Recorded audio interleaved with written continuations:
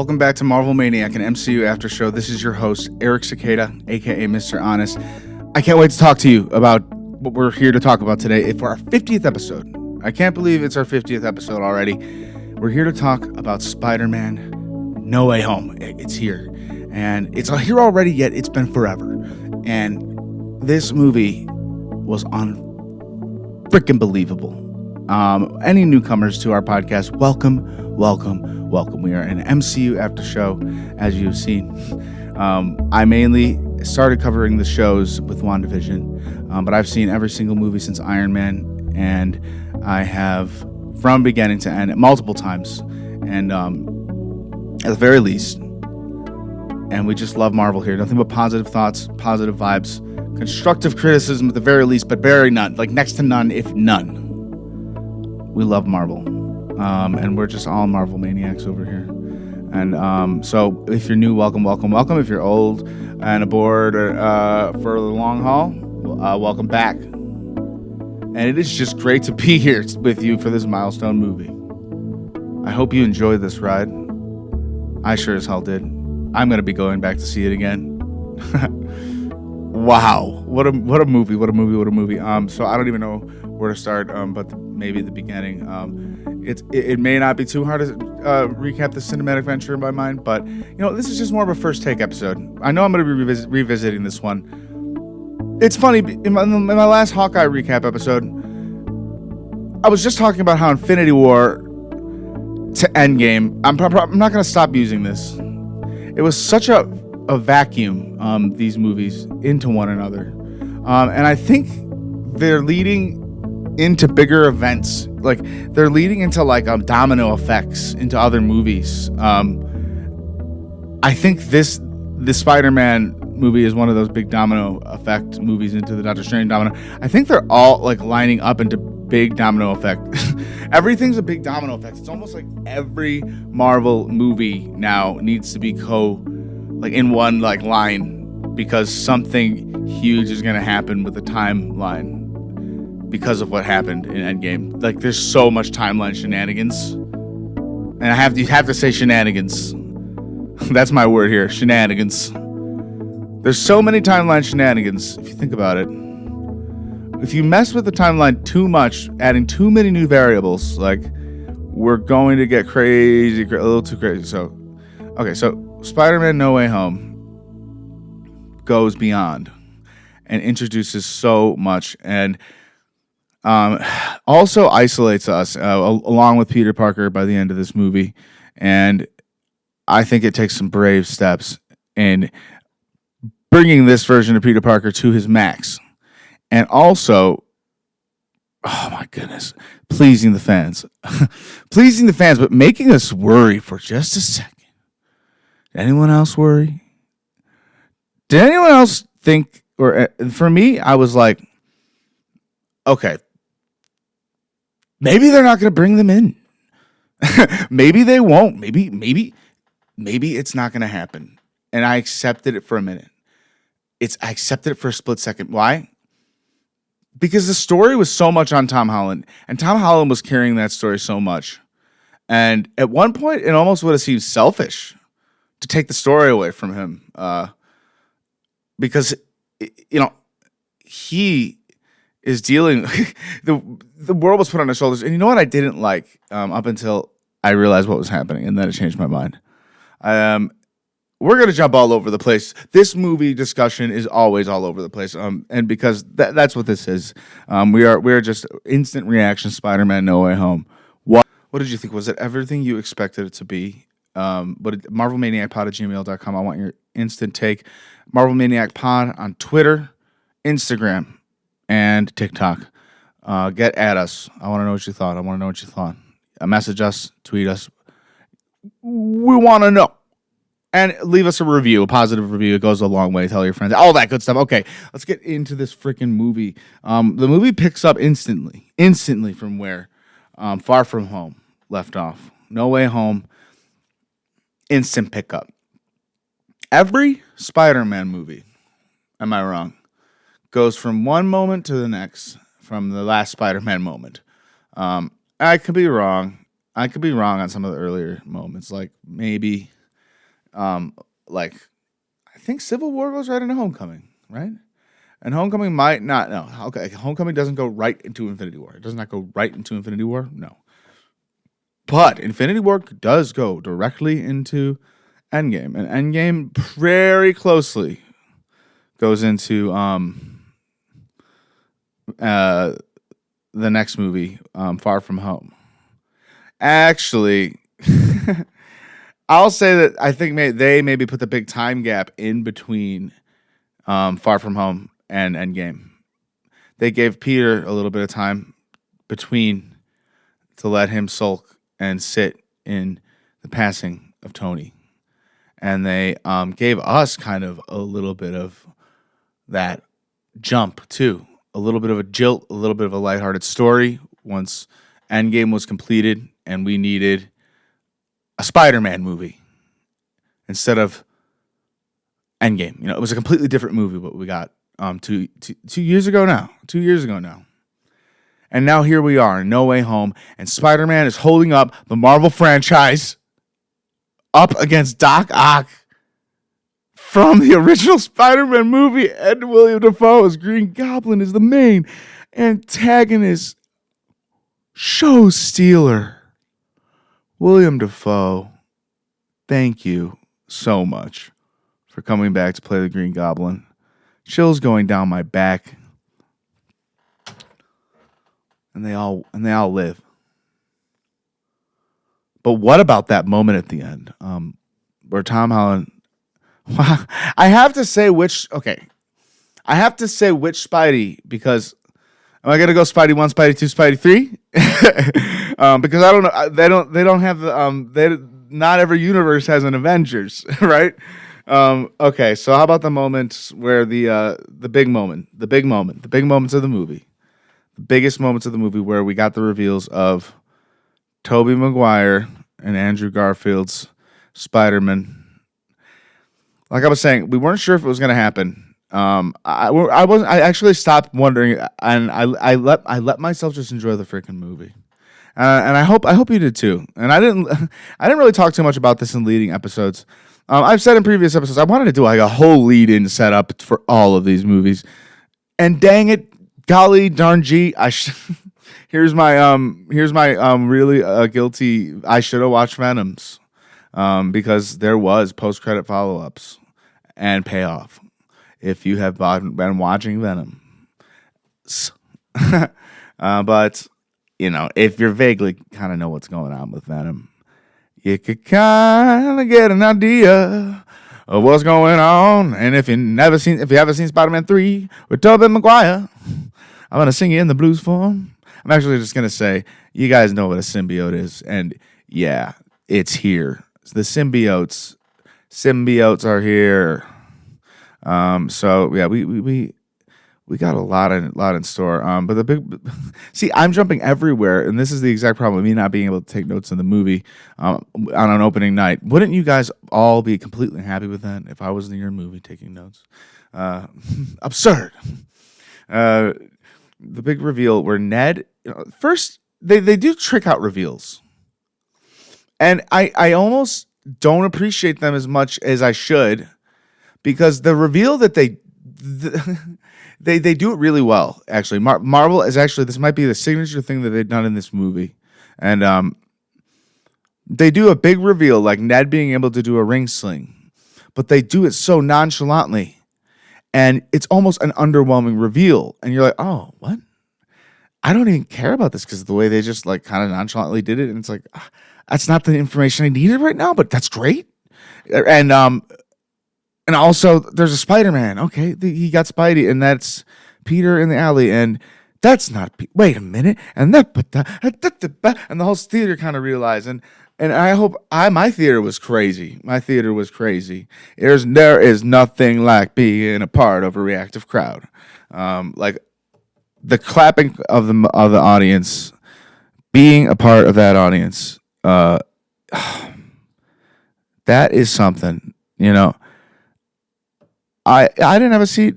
So you know what? Whether or not I had someone sitting next to me as a date or not, I was connected with the group of people I was watching that movie with. We were all there to see Spider-Man saved the day. That's all that mattered. And there's something about going to see a superhero movie like that. There's something about walking into Spider-Man and not knowing what's gonna happen, not knowing where he's webbing off to in this movie, man. With that box, what's going on, right? First, first he's webbing off from the scene at Mysterio's reveal, which, by the way, Mysterio's definitely out there, right? No hints towards that at all, but I still am gonna say Mysterio's totally out there, right? I don't know why they didn't lean any hints towards that. Probably dead. Totally out there though. I love the scene of him fleeing. It's just there's such reality. There's so much anxiety in that scene of him and MJ fleeing, and then they landed him on top of the bridge, and like it cuts to MJ, and she's just like, "Hey, look, I'm standing up here," and he freaks out. He's like, "I thought you don't like me webbing." It was just so funny, and then we get the infamous scene that's on our cover: Tom Holland and Zendaya jumping off the bridge, which they just got new Fortnite skins. Which I'm ashamed and not ashamed to tell you that I upgraded my battle pass almost all the way to get the new Spider-Man skin and did not know they were going to be releasing this. We didn't know. If we knew, it's still cool to have all the Spider-Man skins. I stream twitch.tv/Mr. Honest Podcast. I would love for you to come hang out, talk Marvel with me. We won't get into too many spoilers because we're live, but total welcoming community, and I would love to integrate that. Come on by. Be a part of my community. Twitch.tv/Mr. Honest Podcast. That's my little ad for this episode. So, they're fleeing from the scene, and it just becomes too much for everybody. And we get what we freaking love and confirm. I don't want to spoil anything for the latest Hawkeye episode. If you haven't seen Hawkeye, go watch Hawkeye. Such a great show so far. There's one episode left this season. We are talking about that on the show too every week, trying to be as close to on the day as possible. I got it out a day after this week because it was such a great episode. There was so much to it. There was so much reveal. Here at Marvel Maniac, I want to get as much in, and I want to talk as much about it as I can without splattering my mouth, kind of like I am right now, and getting my notes in there, but. You know what? You can't take no. Okay, well, let's just keep going. Let's just keep going here. Into the lawyer's office. We do get a lawyer for Spider-Man, Mary Jane, Ned, Aunt May, and Happy, who is also under investigation, big time. Happy's like, I don't win with me, and. One of the best scenes where Matt Murdock is like, you're gonna want to get a really good lawyer, Mr. Hogan. You're gonna want to get a very good lawyer. I really hope that that's not just like a funny ass line. Like, there's gonna be a show called Iron Wars coming out here on Disney Plus. We covering it all. We're covering every frickin' Marvel entity to come forward. I'm not saying that we missed a few. We going back. We can't go back in time. Okay, I miss Shang-Chi is coming. Okay, Shang-Chi's coming. Hard times. It's the only one I have missed in real time. I promise you, Shang-Chi is on its way. But however, we will cover every single MCU property going forward. Iron Wars, I feel like may feature Happy Hogan, and that may be a prelude / foreshadow too. So everything, aside from Matt Murdock appearing as, reappearing, it's the same character. As I'm saying, I'm gonna assume it's the same pickup from the MCU. It's got to be an MCU pickup from Netflix then, which is very crazy. So all of Daredevil and MCU is canon now. I need a confirmation from Kevin Feige. Tomorrow.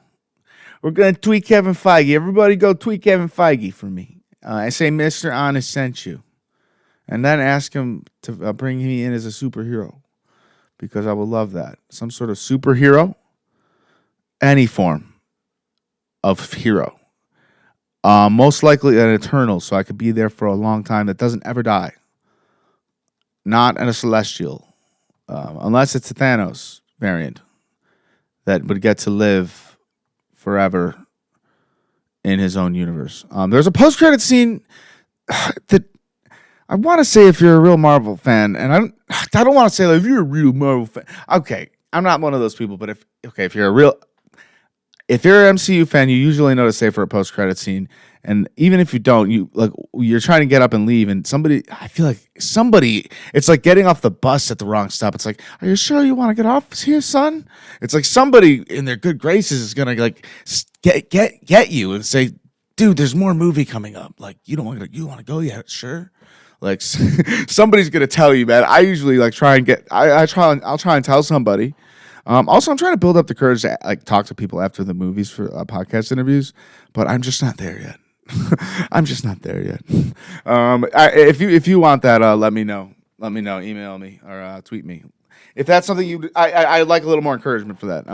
But it's not that I'm shy to do it. But I'm just totally shy to do it. Anyway, I freaking just love where this movie goes, and it goes there fast. It doesn't waste much time. It can't. It really can't. So we go right into the part where we find out that they're losing their college. They're losing college acceptance because of what happened to Peter. College isn't coming through for Ned or for Mary Jane because of what happened to Peter, because of their association with Peter. Things are happening to the people in his life because of what's happening to him, because of what he did, in quotes, because of his identity being known. So this is putting immense guilt on him. So who does he go and visit? Doctor Strange. Who are you going to call Doctor Strange? We see those lights like in the trailer. Those are just old Halloween lights. So he goes and visits Doctor Strange. We wonder if there's a hole in the roof. There's not a hole in the roof. There was a portal open from like the Arctic or something like that, and it got blown in or something, and they were trying to dust it all out. Man, that was a lot of speculation going on about that, and that wasn't even that important. But what a fun little scene. Doctor Strange in his robe and mugs. He's not even the Sorcerer Supreme anymore. Did anybody forget that? Like that we got that bit of information. I'm combing over the whole movie in my head right now. And you know what? I'm pretty damn proud of what I'm going at. I almost forgot about that. Doctor Strange is not the Sorcerer Supreme anymore. It's Wong. Wong is now the Sorcerer Supreme. So let's remember that. And Doctor Strange also just almost broke the universe. So, okay. So there's a lot of things going on in this movie, setting up for other movies that are definitely coming soon. Doctor Strange and the Multiverse of Madness is the next big one. A trailer is now out for that. If it's not online, it will be soon. It was the post credit scene for this movie, meaning if you didn't stay for all the way after the credits, which not everybody does do.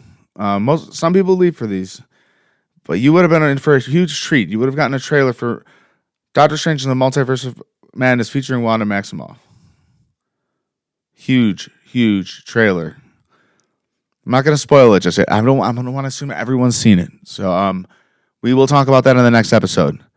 I'm just going to caution that not everyone's seen it yet. So we'll talk about Spider-Man for now. There's plenty to talk about today.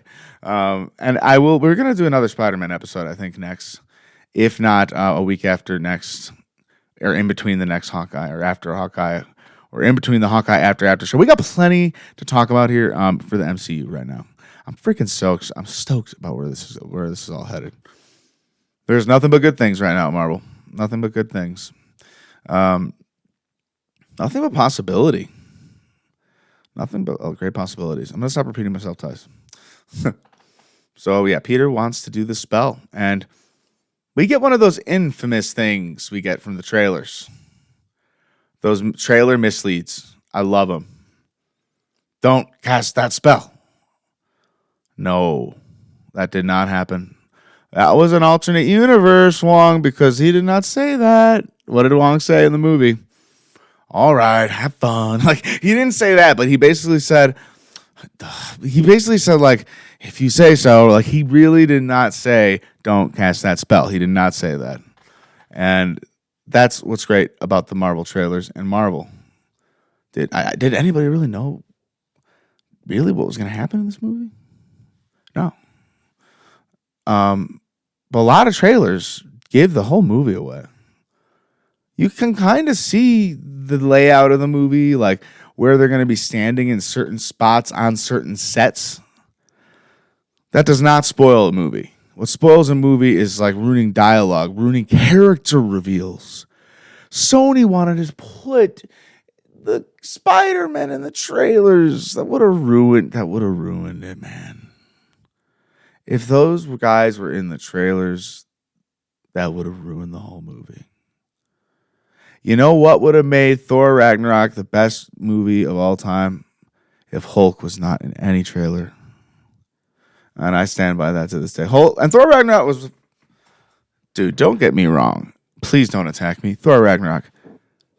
Greatest freaking movie ever. I love Thor. But imagine if it's just the Hulk came in that battle scene. And we didn't know he was coming. That would have been nuts. If I, in the night of reviewing a Thor movie, knew I was going to be talking about Spider-Man and like an alternate universe Sinister Six movie where he's fighting the Green Goblin and Doc Ock, and I was like not talking about that, I'd be like, "What are you doing? Talk about that." Dude, the spell that goes wrong, Peter, is so frustrating, and also Doctor Strange is kind of frustrating too. Can't you guys like sit down for a minute and like have a drink or a coffee or something and like decide how you're going to do this thing? Like this thing's and like it's maybe just like Doctor Strange. It's like, you don't tell me like you didn't like call the places before, like you want to change the whole universe. They are they're messing with everything, like everything. Like, they can dip into Miles Morales into the Spider-Verse universe and grab that Peter Parker. I swear to God, I heard The Watcher. Did you hear The Watcher? Did you guys hear The Watcher? I thought I heard The Watcher somewhere, guys. When Doctor Strange like was doing the spells, he was like, "You will be judged for your choices." I swear to God. I'm not just saying this. I haven't read anything. I haven't been anywhere. I just swear I heard him, man. I heard The Watcher, man. I heard him. The Watcher's watching. The Watcher's... Do you think he's not seeing this? He rushed on over here. He's got a full-on show for this one. He's like, "Oh, what an episode we're going to make for what if." And then like the Marvel execs are like, "Excuse us," and they like pick him up by his little coattails. It's like, "We're going to make this one into a movie." They throw him, and it's like, "Whoa." And they're like, "I guess I'll just watch." And it's like, "Well, I'll make an alternate universe version of this one." I like The Watcher so much, and I hope we get a real-life version of him. Seeming like we will probably get that in Multiverse of Madness, which is seeming more awesome after this movie. Oh my gosh, this movie's so good.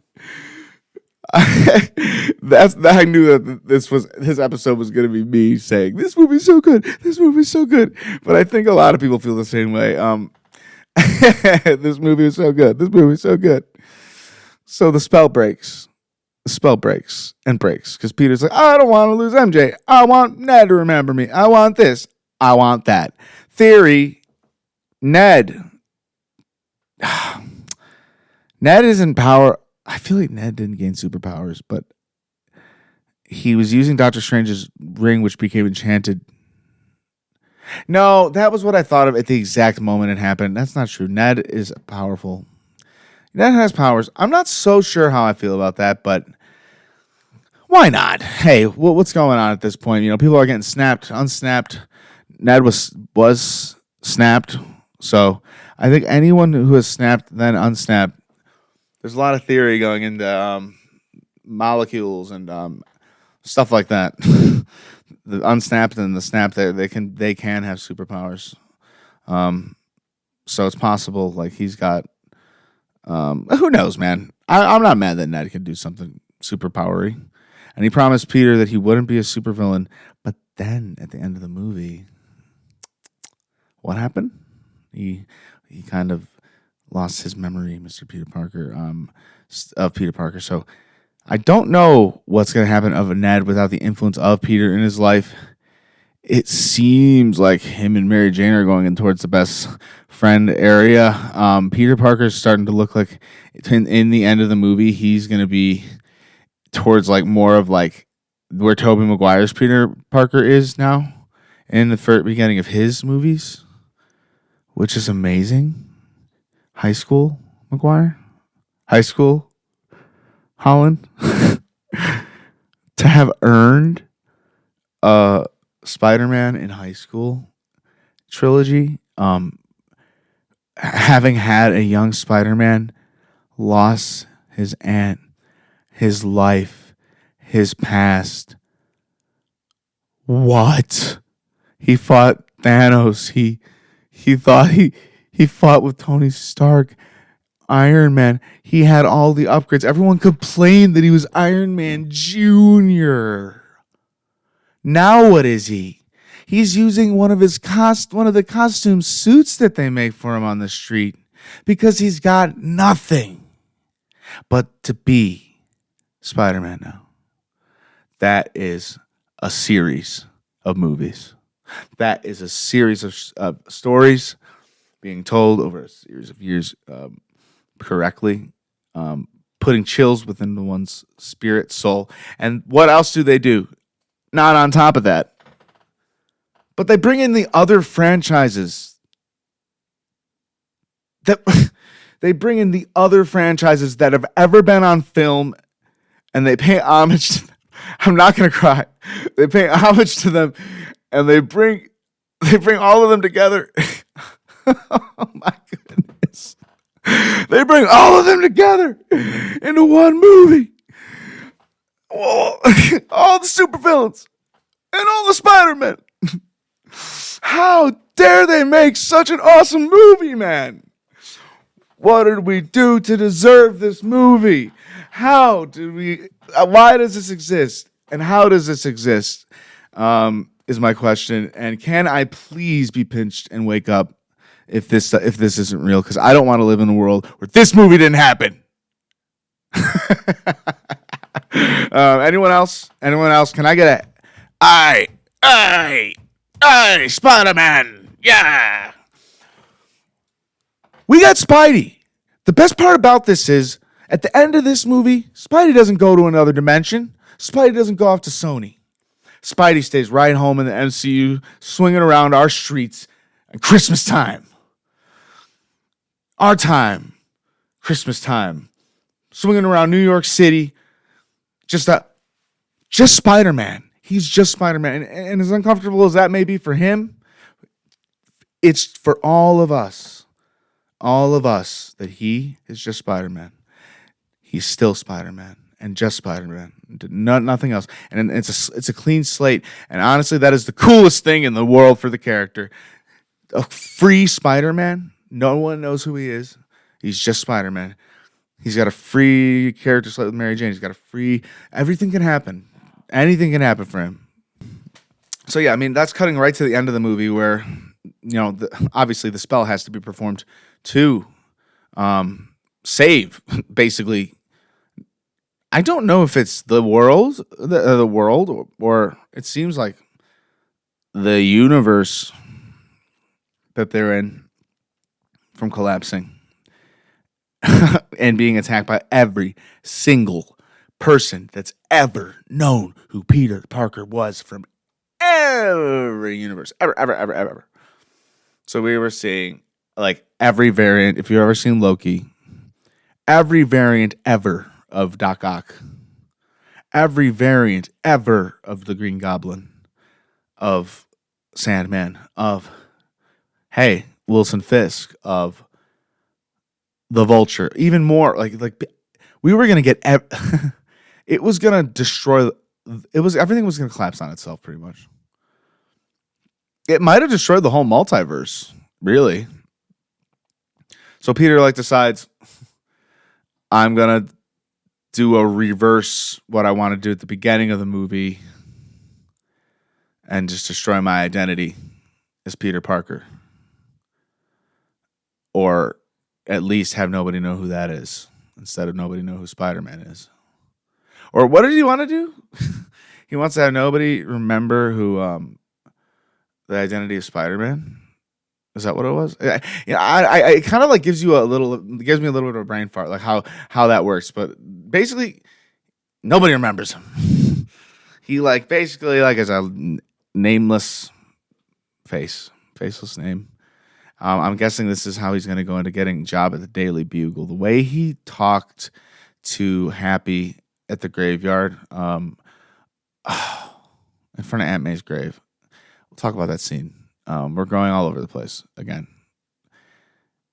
It reminded me of the way Tobey Maguire's Spider-Man would talk about Spider-Man in the movie. Like he would say, he said, how'd you know her? He said, Spider-Man. Knew her through Spider-Man. Like, that's what he would say about the pictures you get. Oh yeah, I knew Spider-Man. I know Spider-Man. Friends with Spider-Man. Friends with Spider-Man. Like that's how he does it. I have a feeling that's gonna be like kind of how Tom Holland Spider-Man is gonna be now. Also, much more gadgety, much less. Like if you play the PS4 Spider-Man games, he's very techy and he builds a lot of his own gear. And now having met some of the other Spider-Men, seeing how they're all different, he's gonna probably want to like make himself a bit of an individual.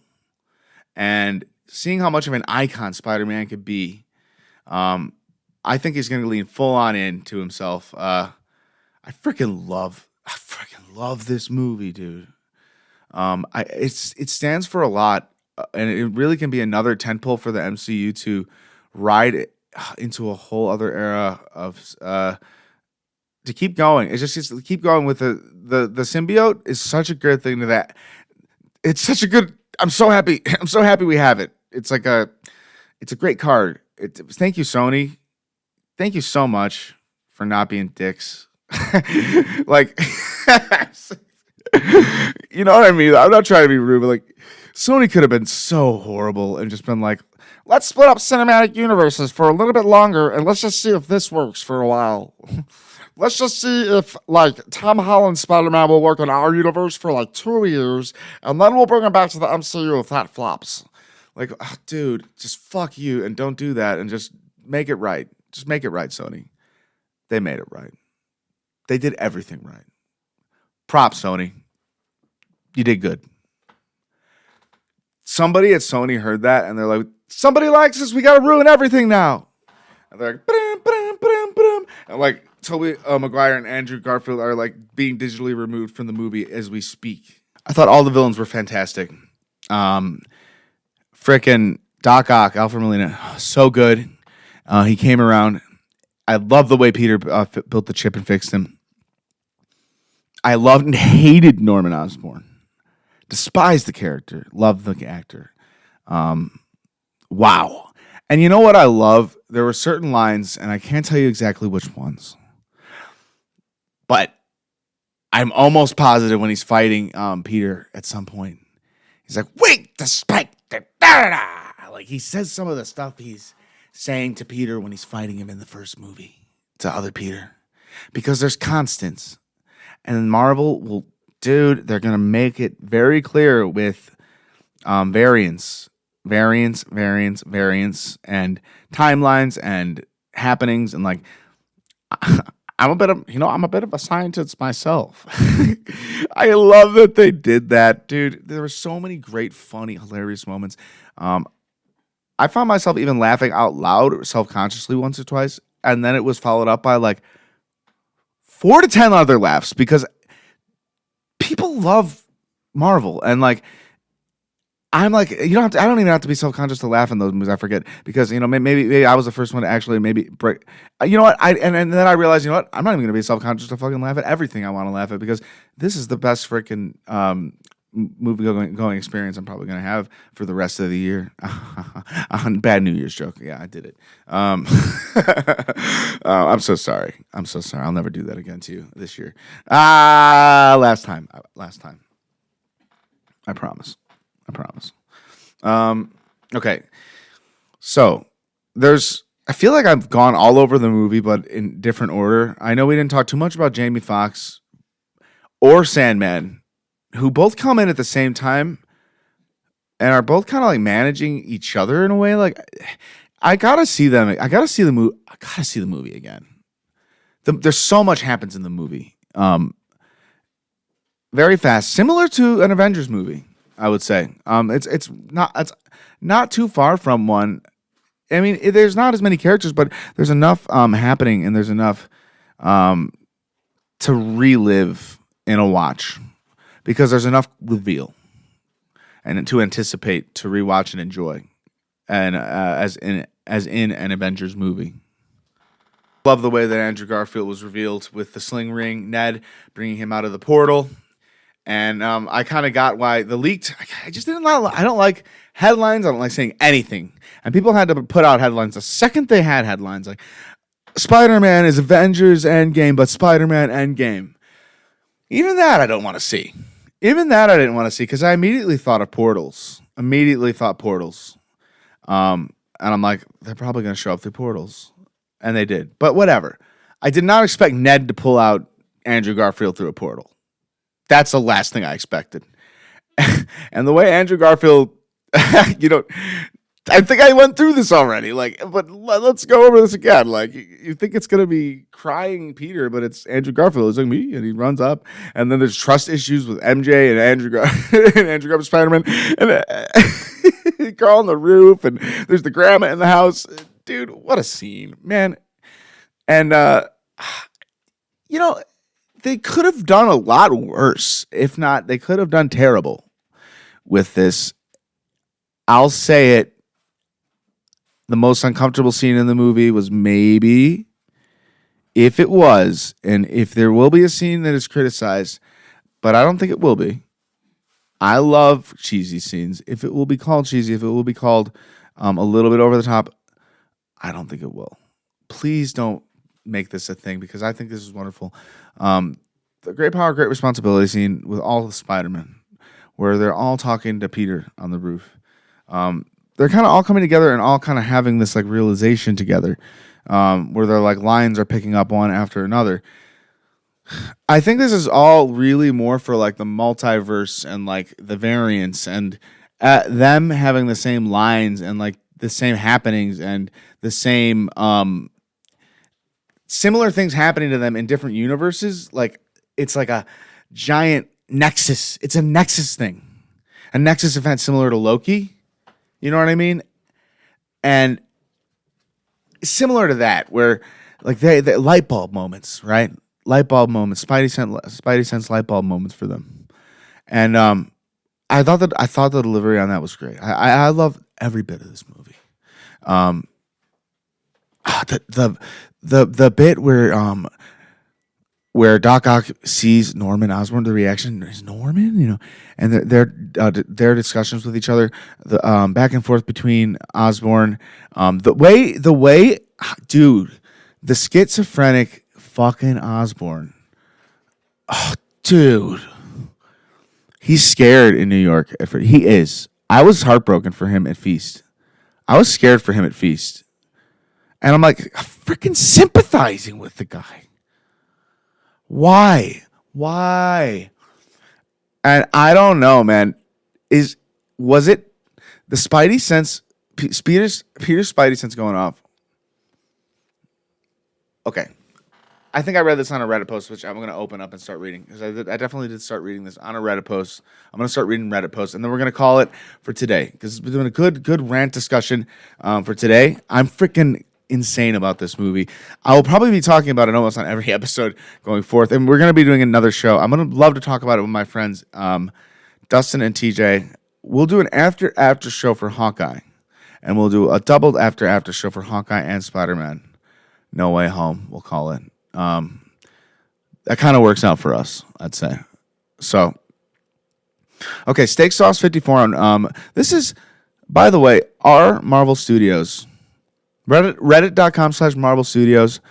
It's my favorite go-to place to discuss and read Marvel comments and discussion. I've been going here for years. I've been subbed and a part of this community for years. I have not been typing as much since I've started a podcast, but I'm an avid reader and I love this community. So let's see what they had to say. See what they were talking about. So Steak Sauce 64, the scene where Peter's spider senses are going off. See, this is what I was thinking of. And it's impossible to tell what it is. See, I was a little confused at first, but this nails it on the head. Only for it to have been him noticing it with a goblin has taken over. That's what it was. Was incredible. That whole part of the movie was so intense and well done. Steak Sauce, you were so right, because I didn't know what that was. For me, I thought like he had lost all confidence in his decision in that day. Because I'm a person who loses my confidence. I was like, Peter, are you just realizing you're surrounded by your greatest villains? Shrey replies, lots of spidey senses in this movie. Also, when he astral projects, you're able to see it physically. Young Capoon replies, I don't remember that. Interesting. Astral projects, you're able to see the spidey senses. This, out of all of them, I think Garfield really looked the most stoked to be part of the Spider-Verse team-up. He also has the most tragic and loneliest timeline. Dude, so true. So I'd imagine he'd feel the most incredible to be a part of this. Neo Tsunami, that's such a great comment. And there's something very heartwarming about his finale and story being brought home a little in this one, and him getting some closure on his storyline. It makes me want to go back and watch those movies and finish them through to this movie. It gives that story meaning. Yeah. I like what they did with his characters. Out of all the Spideys, he was the one. He was the only one that failed and never got his bounce back. So true. I love that. This movie, not only did Tom Holland's story, but also get managed to the end loose ends. The end of loose ends from the Tobey Maguire and Andrews movies. I honestly feel that not going forward will finally be free from the comparisons. No Way Home truly cemented each and every Spider-Man's place in the public's heart. Brajau, your comment gave me chills, sir, or lady. They, them, their, whatever your adjective is, pronoun. Very good. I feel by saving Zendaya, MJ, Andrew got closure and could finally get over Gwen. He mentioned he didn't have time for Peter Parker's stuff, which I'm translating as he's alone ever since Gwen died. That breaks my freaking heart. He's got to find MJ. He's mentioning he didn't have time for Peter Parker's stuff, which I'm translating as he's alone ever since Gwen died. Yeah, also explains why he was already suited up with Ned when Ned opened the portal. Yeah, he's never stopped being Spidey. He's deep in Spidey action right now.